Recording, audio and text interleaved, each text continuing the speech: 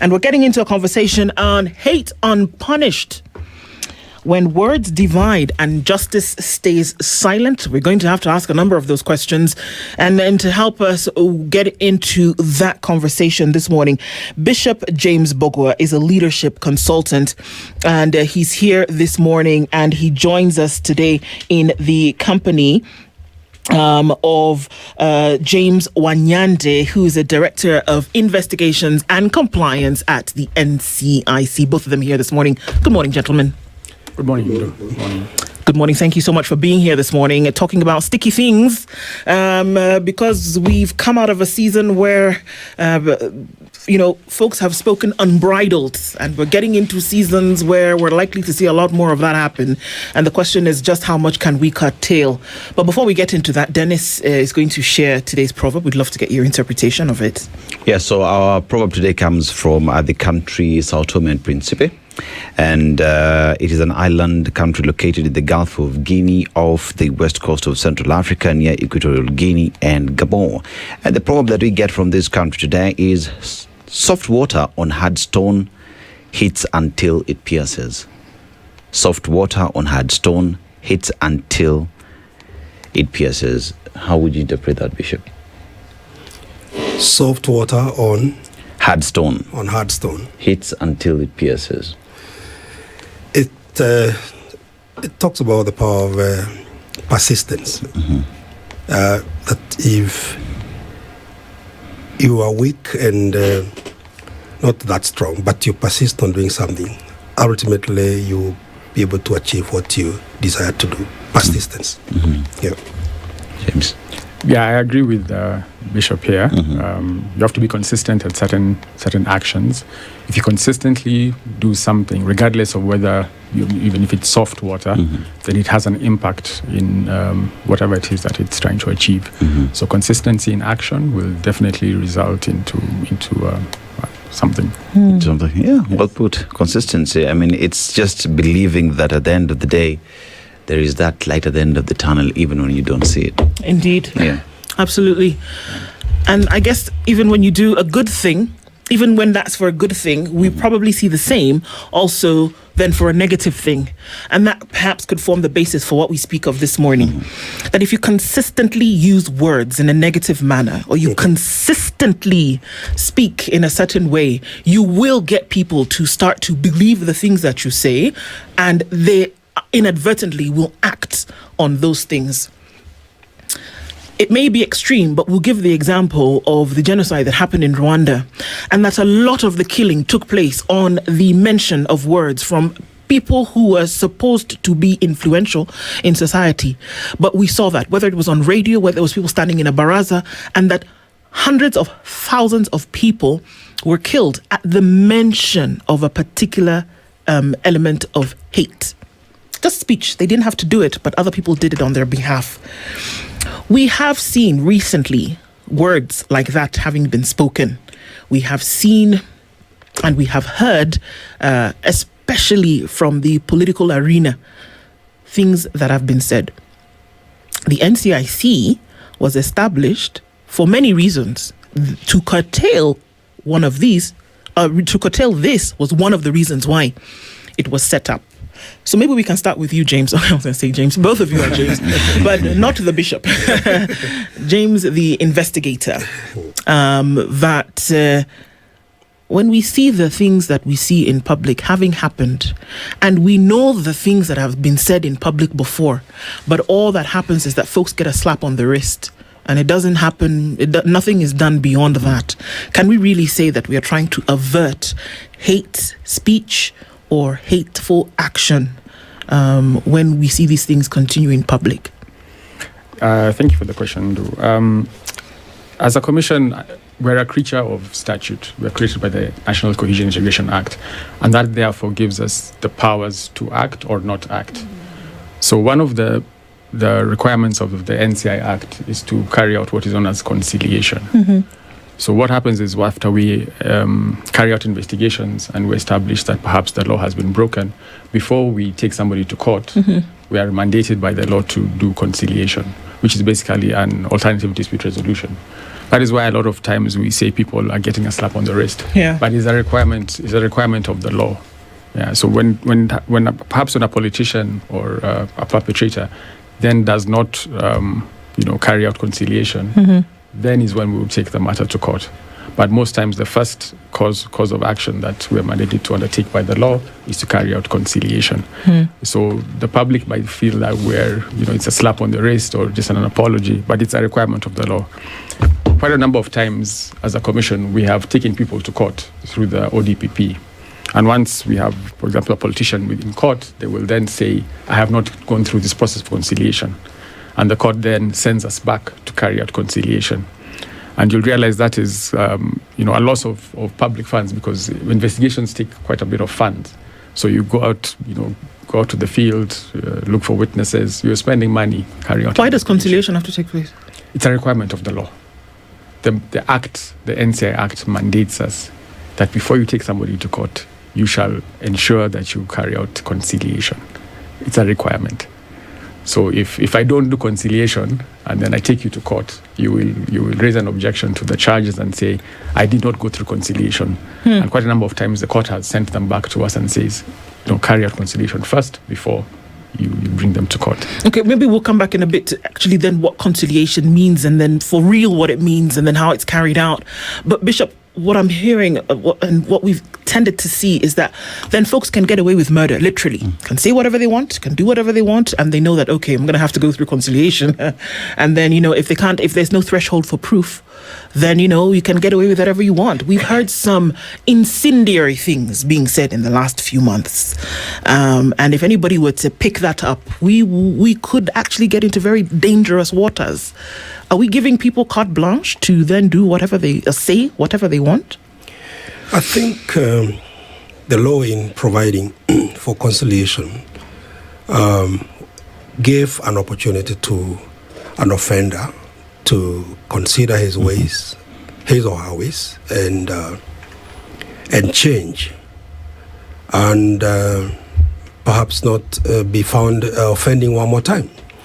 But with that, I see a tendency, therefore, for people to, as you have said, to fall back to the same, because they know I have this alternative conflict resolution mechanism in place, which sometimes can be compromised. And I think my greater concern actually is, if people know that there is that leeway, would there not be like permission granted to people, therefore, to break the law and come back again and ask for forgiveness and be found doing the same? Together with that, I would like to ask our counsel here, conciliation is yes an alternative in trying to solve the issue. But then what measures are put in place so that others can learn from the mistakes of those that have gone the wrong way, so that they also don't think that they have a leeway and they can always break the law? James, I have a question. I'm just trying to reconcile this. It's almost like there's how you have a recipe, and earlier we were talking about a recipe of baking a cake, and was giving us that recipe, and you're talking about a totally different conversation. But just borrowing from that, you are following these steps, and you're saying when you go to court, then you'll be asked, okay, have you had these conversations before you bring this person to court? So explain how the whole process works. So you have this person making a statement, and from what Bishop is trying to find out. So this person makes a statement, then you investigate, you find this fault. But before you can take this person then to court, you have to sit them down, have a conversation. Bishop was talking about giving them an opportunity to change. I'm just curious, what happens when damage has been done? So let's say somebody made a statement, people have killed one another. So the law in this case forces you to, first of all, have a sit down with this person, have a conciliation before you can even go to court. But there's damage that has already been done. How does it work?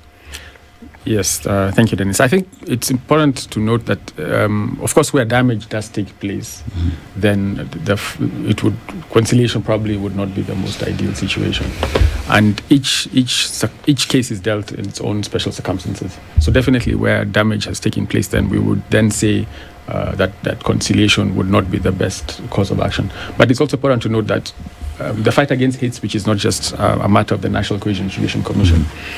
NCIC is just an investigative body.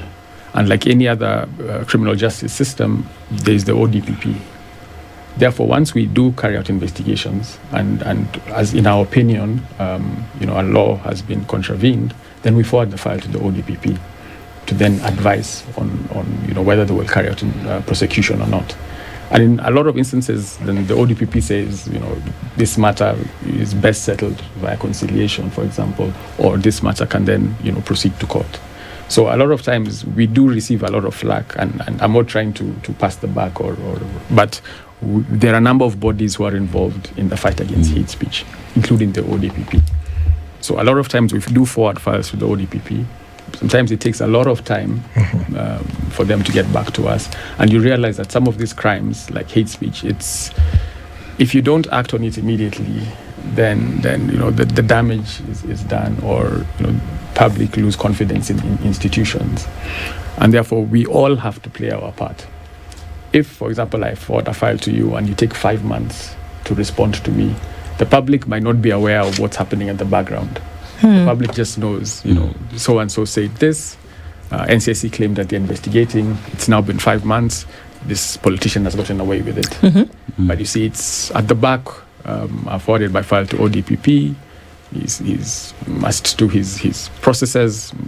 5 months, sometimes 6 months before they get back to us and say, okay, this one you need to do further investigations, or you need to conciliate. Okay. So unfortunately, the public is then hitting out at us and saying, you're toothless. You're not doing your mandate. James, doesn't that then, if you've done investigations, you forwarded it to the DPP to act, and it takes however long it takes, and you see what one would call the perpetrator walk away, doesn't that then give ammunition to those who we continue seeing doing the same thing over and over again, because perhaps they say, what I do? Exactly. So there's that aspect of ammunition. But at the same time, if we're able to do conciliation, if you're able to extract an apology from this person as early as possible, then potentially some damage has been reduced. If I come forward and I'm remorseful about the utterances I made, then there's a win, so to speak. How can you tell if somebody is remorseful over utterances that they made? If they're genuine. That's a challenge, but it's the win that we have to take. Of course, some people will take advantage of it and just say, I'll just come forward and apologize. But sometimes we make it a bit punitive in terms of the way you apologize. We had an instance a few years ago of one of the former ministers, Chirao Ali Makori, who we took through a process of conciliation. And part of the requirements, we had to publish an apology in the newspaper, which cost some money. He had to organize peace rallies because he had made utterances publicly. So we told him that for us to conciliate this matter, then you must, in the same manner that you uttered these words, then you must apologize. So organize a peace rally and do an apology. So you might not be remorseful, but we'll try and make it a bit, you pay some money. I want to come to the aspects of remorse with Bishop in just a bit, but I also want to look at some of these cases because they're public. The Member of Parliament for Kapseret, Osasudi, in 2019 was summoned by the NCIC over statements made on the 30th of March at Cheptiret in Wasingishu, referring to a certain community. In 2025, this was 6 years later, the NCIC announced investigations had concluded against him along with others, and their files were forwarded to the DCI for possible arrest and prosecution. That's one. Dan Wanyama, MP, Webuye West, 2025, the NCIC identified him among 10 politicians whose investigations of hate speech or incitement had been completed and forwarded for prosecution. Peter Salasia, MP, Mumias East, he is said to to have been charged with hate speech on the 19th of May 2025, accused of making inflammatory remarks on social media targeting specific ethnic communities under the National Cohesion and Integration Act. On October 9th, the court referred the case back to NCIC for review and recommendation before it proceeds to a full hearing. In March 2025, NCIC revealed Gachagua, former deputy president, was among 6 individuals summoned since January for alleged hate speech and ethnic contempt. He had reportedly ignored a summons. And it goes on and on. But they seem to be dead in the water. Not necessarily dead in the water. It might seem that way to the public, but there's definitely action that's going on in the background. Now, summons is just one of the tools of investigation, and summons usually is an opportunity for the accused person to come and explain themselves, what they meant when they uttered those words, and potentially even to offer an apology. So summons is just one of the tools used as investigation. So even if you ignore our summons, that doesn't mean that the matter has ended there. Investigations are still going on. So a lot of these cases are active investigations. For example, the Gachagua matter. Peter Salah said the matter is active in court, so I may not be able to make much comment on it. Sure. But Oscar Sudi, for example, I think that there could be a confusion in that, but there are a number of Oscar Sudi cases. So I thought you were going to say there's a number of Oscar Sudis. No. But okay, But I believe he was actually acquitted by the court in Nakuru for his utterances. In a particular case? In the case that I think the 2019 case. Okay. 2025, we don't have a hate speech case against Honorable Oscar Sudi at the moment. But I don't want to mention some of them because they are active investigations. Understood. Yes. So, Bishop, when we speak about leadership and we speak about those who seek positions of leadership, obviously the NCIC Act was put in place to curtail certain kinds of behavior. Yes. Do we expect that somebody who is going to be in a position of leadership then should be above reproach, that you should be able to comport yourself in a particular manner? That's the ideal situation. Anyone who presents himself or herself for an elective position should be someone of repute, credible, one who would, my definition of a leader is someone who is the best example and model of what we all need to become. But oftentimes, leadership and politics gets mixed together. Politics is the fight for who has the power and the control. But then leadership is the reason why perhaps we fight for the power.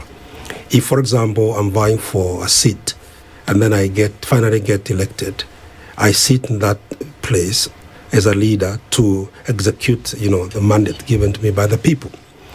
But the fight for the control of power, I think, is what leads into some of these, hate speech, because verbal utterances have now become like a weapon that is used to demean others and to show that people should have less confidence or trust in another. So I believe that hate speech is not part of leadership. I think a leader should be able to articulate his view about things, his policy concerning different matters, and above all else, using words to build. I think words are given to build. Words should not be used to destroy or kill. Words should be used to build. It's a God-given means of communication, mobilizing people, rallying people behind a vision for common good, as opposed to what we're seeing, where words are used to destroy others. Bishop, are you concerned that hate speech, if you look at it, especially in our country today, you find that it's being perpetrated by those in leadership? A regular Kenyan on the street does not really care who you are. But it only becomes a point of concern once you find a leader spews what it is they say and incite communities. Is it a concern? I would say it's everyone, actually. This thing can catch up with everyone. But of course, leaders, because of visibility, we tend to, and of course their field of operation, leading, they are presiding over huge, groups of people, we tend to take note of what they're saying. And again, they comment usually on matters of national importance. They comment on matters that have to do with other leaders. But I also think the main reason why leaders feel like they can get away with it is because of the power itself. Some of them are actually so cushioned by the very position that they have in the society. Others have money. If you take them to court, then they will pay their way out. But the common mwananchi there know that if they say anything against anyone, they have no defense, and most of the time the law seems to therefore be a little oppressing the weaker, because the stronger have a way of going around some of these things, and it's unfortunate. James, Specify which James one. the First. James the First. I'll call you Bishop. Bishop, yes. I just want to know, the other day we had a conversation around, and it was a country's conversation, where we're looking at corruption. And a lot of the governors and politicians who were then engaged in corrupt activities and investigations. And in Parliament, there is the agency, ESCC, it was called. And let's talk about the files. What's going on with all these cases? And they ended up saying, look, we're doing our job, but here's the weakest link. You earlier said you don't want to pass the buck to somebody else, but you're just one arm. You're investigating, but then after you've done your investigations, because you don't have prosecutorial powers, then you have to hand over the files to another agency. So we've created these several agencies around the justice system where they're interlinked. In your opinion, because you've said this may not necessarily be in the public domain, but there are a lot of other cases, there are so many cases that others you said you don't want to talk about, that behind the scenes are being worked on. But publicly, we may feel, okay, this guy, this is a toothless bulldog, there's nothing going on. That's the assumption. In your opinion, because you've said, fine, you'll get your files done, you'll process and you'll pass over these files to ODPP. In the grand scheme of things, as you're looking at all this, from looking at the past and the history from where you're coming from, what is the weakest link? As I said, I didn't want to pass or cast aspersions on anybody, but we all have our role to play. So in as much as we'll investigate our files and forward to the ODPP, if the ODPP feels that we did not do a good job, then they send the file back to us. So in that instance, then perhaps NCIC hasn't done, its full role. It hasn't investigated the file to the best of its ability. Yeah. But when there's inordinate delay, if I send you a file and it takes 6 months, yes, you may have internal processes that you're doing, but as I said, the public is looking at us and wondering what's going on. You're not doing anything, but there's something happened. Yeah. So sometimes 6 months, 5 months is a bit too long to review a file that is of national interest, of public interest. Kenyans move very fast. So if you want to take that period of time to review a file that's of national interest, then we do get blamed, and then we do then look like the weakest link. And we don't want to get into a mudslinging contest with other agencies that we work with, every day saying that the ODPP is letting us down, or DACI is letting us down, or this other institution is letting us down. So we will not do that publicly. But on the behind the scenes, we do try to get our leadership to have meetings regularly to try and iron out some of these challenges. One of the ways that we're trying to go about this is to have a multi-agency, where we meet all these agencies meet together, the ODPP, DCI, NCIC, so that we don't hopefully get this back and forth. Yeah, so we sit down together, discuss a particular file, and we agree this is the way forward to move on this particular file. So in as much as there are challenges, there are ways that we're trying to resolve these challenges. Yeah, so James, as agencies. One would ask the question, if you've done your investigations, you feel you have a strong case against an individual or on statements that were made, do you believe that if policy change happens and you're given prosecutorial powers to handle your own matters, there would be some semblance of success? Or do you believe you should be given an opportunity to prosecute your own matter, because you are the one who's gone to the field, you have investigated it, you have the evidence, and feel strong enough that you can prosecute it? If you're given that opportunity, would that be better? Yes, Dennis, I think there's a reason why the ODPP exists. I think before the advent of this new constitution, the police actually had the prosecutorial powers. They would investigate cases and then prosecute them themselves. But there's a reason why Kenyans decided to have an independent office, the ODPP, separation of powers. So, and as much as, yes, we would like to have prosecutorial powers, there's a reason, there's probably a greater good in having a different body checking us out. Because otherwise, you could easily abuse the powers that you're given.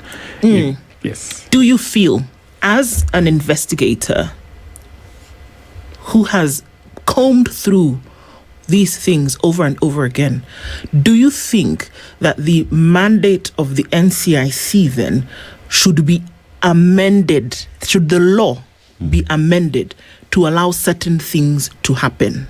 That's part one, and I can see you smiling. That's part one of the question.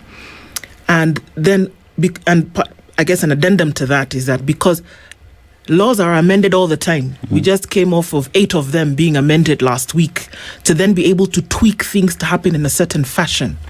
But here we are, over the last 10 years, things have been said, people have acted based on those things that have been said, and we're still basically twiddling our thumbs saying, well, if the ODPP decides that it's serious enough, then perhaps we can do something about it. But people still harbor those thoughts in their minds. Do you think it's time for an amendment of this act? We have been trying to amend our act probably for the past, I would say, 10 years. But it's important to note that a lot of our clients are the people who amend the law. Okay, we're getting somewhere here. Yeah. Okay. So if I'm going to seek more powers as a commission, I'm going to approach Parliament and ask them, to amend my law to give me more powers. And it's interesting, of the cases that I mentioned, 4 out of 4 of them are members of Parliament. That's the thing. Okay. So now, I'm not going to shoot myself in the foot. I'm not going to give you ammunition to hang me. So in as much as we've been trying to amend our law to give us more powers, not necessarily prosecutorial powers, but for example, the power to vet politicians before standing for elections. If such powers are given to the NCIC, then there definitely would be an impact in hate speech. But as I said, a lot of our clients are the legislators, and so they would not want to shoot themselves in the foot. Bishop, are we serious? I'm listening and kind of thinking through all this, because I'm looking at the name NCIC, National Cohesion and Integration Commission. It sounds like therefore this commission, which is a statutory commission, is not supposed to be very aggressive in terms of prosecution, because it's national cohesion and integration.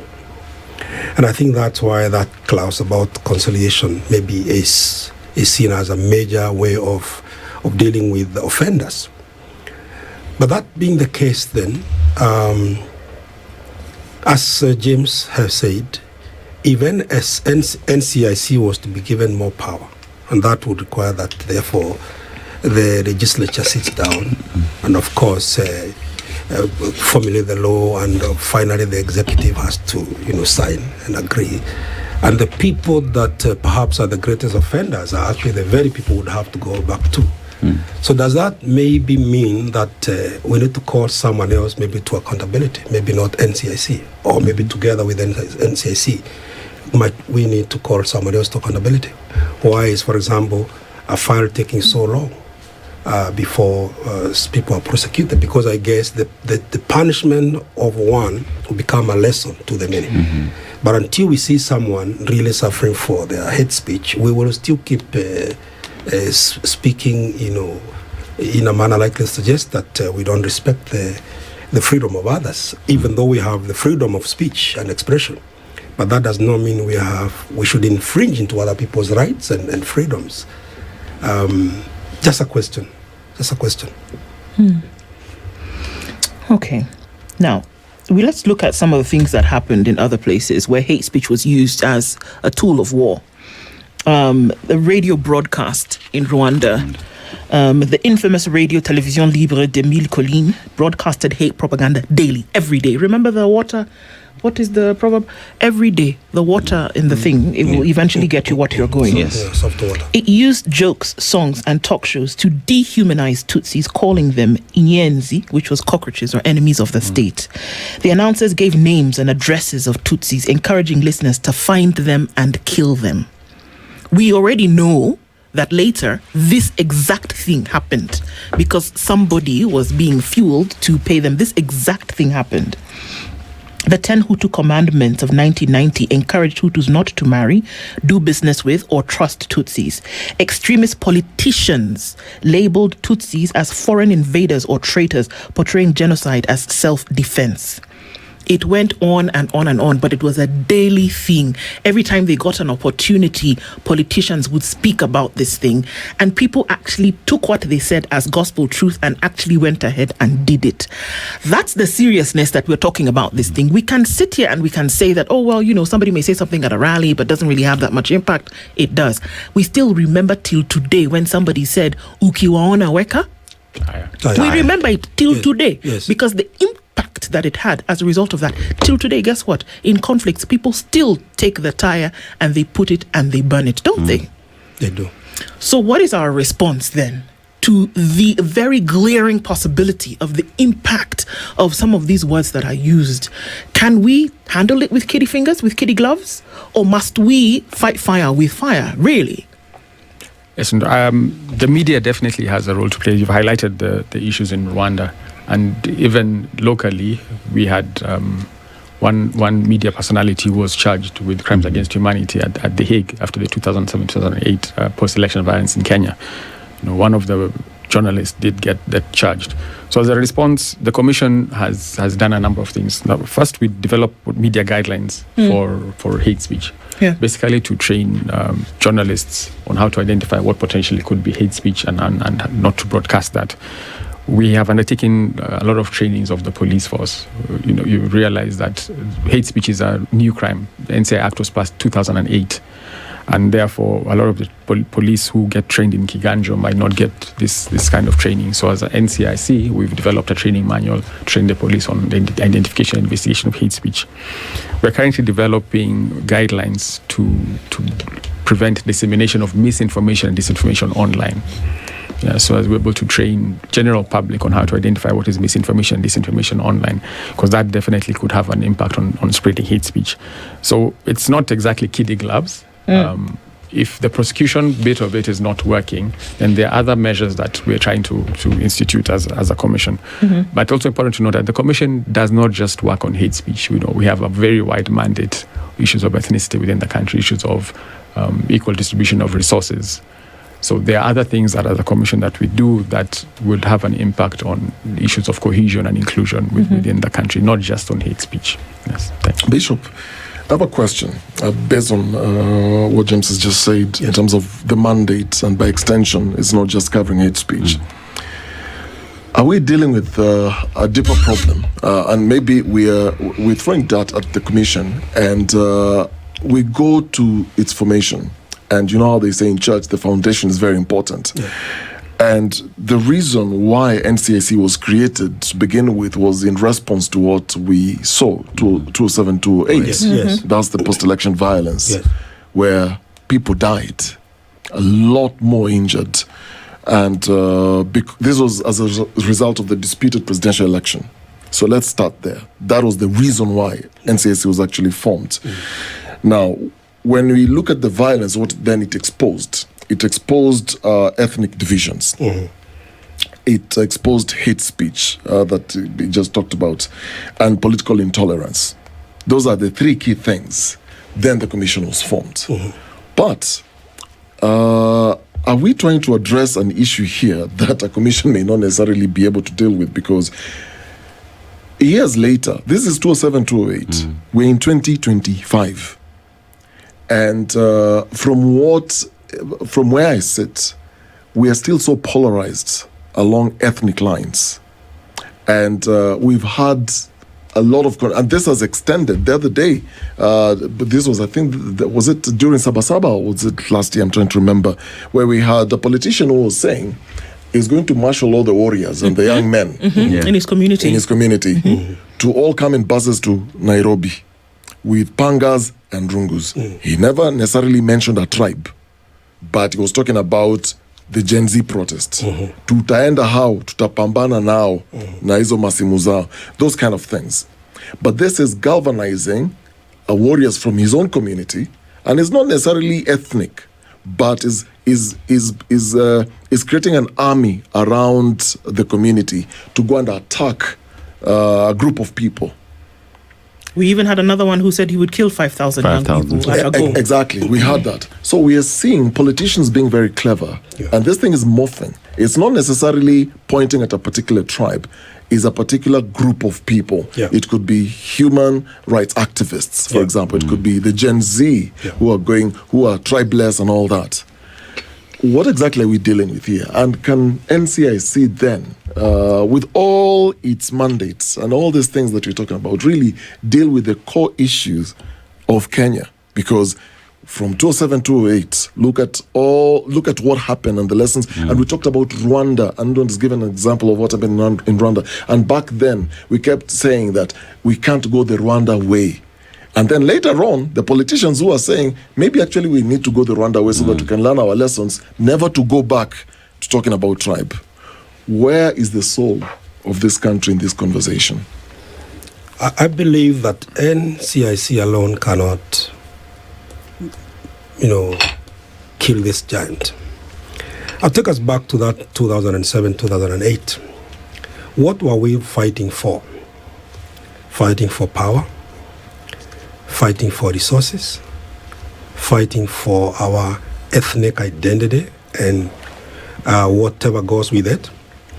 And of course, when one group of people in Kenya felt that they were denied, they went to the streets, they picked their weapons and killed other Kenyans. And the other group of Kenyans also retaliated, and we had over 1,000, close to 1,000 people, lost their lives, and hundreds of thousands were displaced. The displacement to me is loss of property. But the fight was instigated by really the fight for, the war was instigated by the fight for power. And so what is this that makes each one of us feel like I need a little bit more of power, a little bit more of wealth, and people are willing to kill for that, even using words? What is this? I believe there's a deep-seated deficiency in all of us as a nation, and I would attribute this to our national ethos. What have we been taught? What do we believe as Kenyans is the whole purpose, of living? I remember as a small, boy growing up, before I was 7 years, I already knew there are certain people in this country that my people have nothing to do with. I was taught to call them names, and I was told if you come near any of them, you should not even befriend them. I was told... Don't even marry them. Yeah. I was actually warned because my people knew I was going to go to a national school because of my primary school performance. Said you can't fill schools in a certain part of the country because if you end up there, they hate you as much. And so they might, mess up with you. So we have not seen our nationhood as a value, as something precious to embrace and to actually fight for. We have tended to see our tribal and very personal, partisan sort of benefits as the most important thing. And to me, that therefore means the soul of our nation is sick. Because as long as we are that selfish, we end up being like, Cain, who killed his brother because God accepted his brother's sacrifice and rejected his. And if God accepts your brother's sacrifice, he's your brother. You should rejoice because at least God will be visiting your family when he's coming to see your brother. But to kill your brother, when Cain killed Abel, that does not mean his sacrifice was accepted. And that did not even mean he stood a chance. He did not become the replacement, of Cain. Adam and Eve had together another child. I think the name is Seth. Out of Seth came another one called Enosh, and it continues. So I believe that is the soul of our nation. And the 50+ million Kenyans, each one of us, leaders, the led, everyone, we need an adjustment of our national ethos. And that's, I think, a major discussion. It came around at one point in the course of our political development, but politics, played out, we didn't get that chance to have a discussion as recently as maybe 3 years ago on what do we need to adjust in our national ethos and our thinking as a nation. And yet, with this sick soul in Kenya, NCIC is expected to heal and to fix the sickness that you've just talked about. And don't forget that the NCIC commissioners, they themselves come from certain people groups, and you might be expected to do some certain favors to people from your place, just because that's the way we think as a nation. We value our tribal inclinations more than we value our nationhood, the 44 plus nation tribes. When you talk about the soul of the nation, I was born and raised in Eldoret, yeah? So everybody that I grew up with were people from that region, Originally, I'm from Makori County.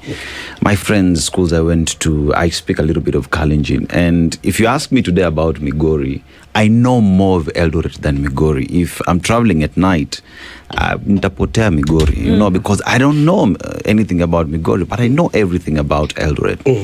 And up until 2007, post-election violence, because I remember when that happened, when fire was around the city, I could see that happen. But that never took away my friends and people I grew up with. But what I remember is the hate that was being pushed by the leadership and the political class at the moment. That I remember. And as we talk about that now, later NCIC is formed, and the basic questions that everyone is asking is, what is the conviction rate for NCIC for us to say a lot is being pushed? Because Kenyans are saying, fine, NCIC is there, but we're not seeing any results. So perhaps if you could just clear the air. What's the conviction rate in terms of this is what we've achieved thus far, and in the future, say, in the next 2 years, this is what we intend to do to ensure that if it slows, we've given proposals to fix the policy for us to be able to do more. Yeah, thanks, Dennis. As I mentioned, we are more than just a hate speech commission. So in as much as citizens want to see a conviction rate, that's not the only work that we do. But there have been a number of convictions. I think maybe 3 or 4 people have been convicted of hate speech. But as I mentioned earlier, there's more that we do. We carry out ethnic audits of public institutions, so to establish what your workforce is made up of. Because the law states that not more than 1/3 of staff on a public establishment should come from one ethnic group. So as a commission, we carry out audits of parastatals, commissions, universities, and I believe in the next few weeks we're going to release a report on that. Before the last elections, we had a project called the Elections Bill and Norma, and it had different pillars that were geared towards ensuring that we were a peaceful election. So those are some of the strategies that we put in place to ensure cohesion. We've established what we call Amani clubs in a number of schools, primary schools, secondary schools. We carry out dialogue where ethnic communities are fighting in Sondu, in between the borders of Kakamega and Nandi. We bring communities together and have discussions about the challenges. So it's not just about hate speech. So if we're going to be measured, if the yardstick is conviction, then potentially we will always fail. But I'm saying we all have we have different other initiatives that we do as a commission, all geared towards bringing cohesion in the country. Is it working? Is there can you, if you were to use your M&E mechanism, and say that if the attempt at cohesion or integration is something that we're looking for, how would you measure and then be able to say, actually, you know what, we've achieved a certain measure of integration or cohesion in the country as a result of these Amani clubs, for example? Because it seems an awful lot like even that could be happening at communities where people don't necessarily hate each other, right?